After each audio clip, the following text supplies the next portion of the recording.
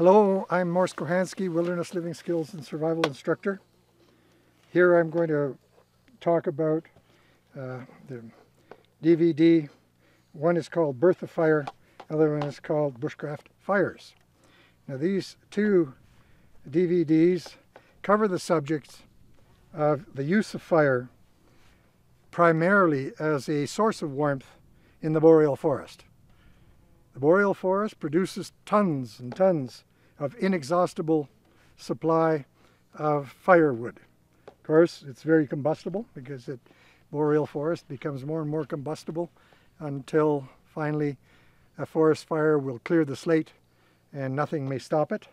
But at any rate, you have to know what you're doing when it comes to using fire in any meaningful way.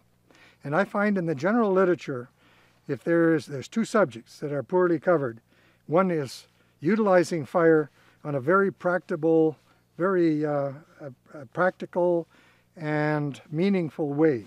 That is, when you have a warming fire, you just don't throw a pile of sticks together and get them burning and you're going to expect to be able to get the best out of it. You're going to have to know your fire lays and things like this. As a encyclopedic reference, you find a lot of this information written down in the book Bushcraft, but here you actually see videos of this old person limping along, trying to present to the learner all he learned in a lifetime of teaching the subject. So here you have the conventional areas of how to start a fire, maybe with flint and steel, with a bow drill, things that you can derive from the forest. The different fire lays, which may surprise you that you might not find these fire lays described anywhere else but bushcraft. Because when I sat down to write the book, I realized I could write a whole book on nothing but fires, but I had to boil it down to a chapter.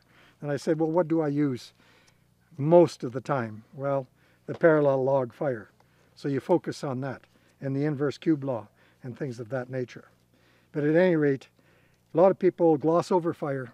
They don't realize what a challenge it is when their fire skills are poor, when they're confronted with minus 40 degrees in the boreal forest.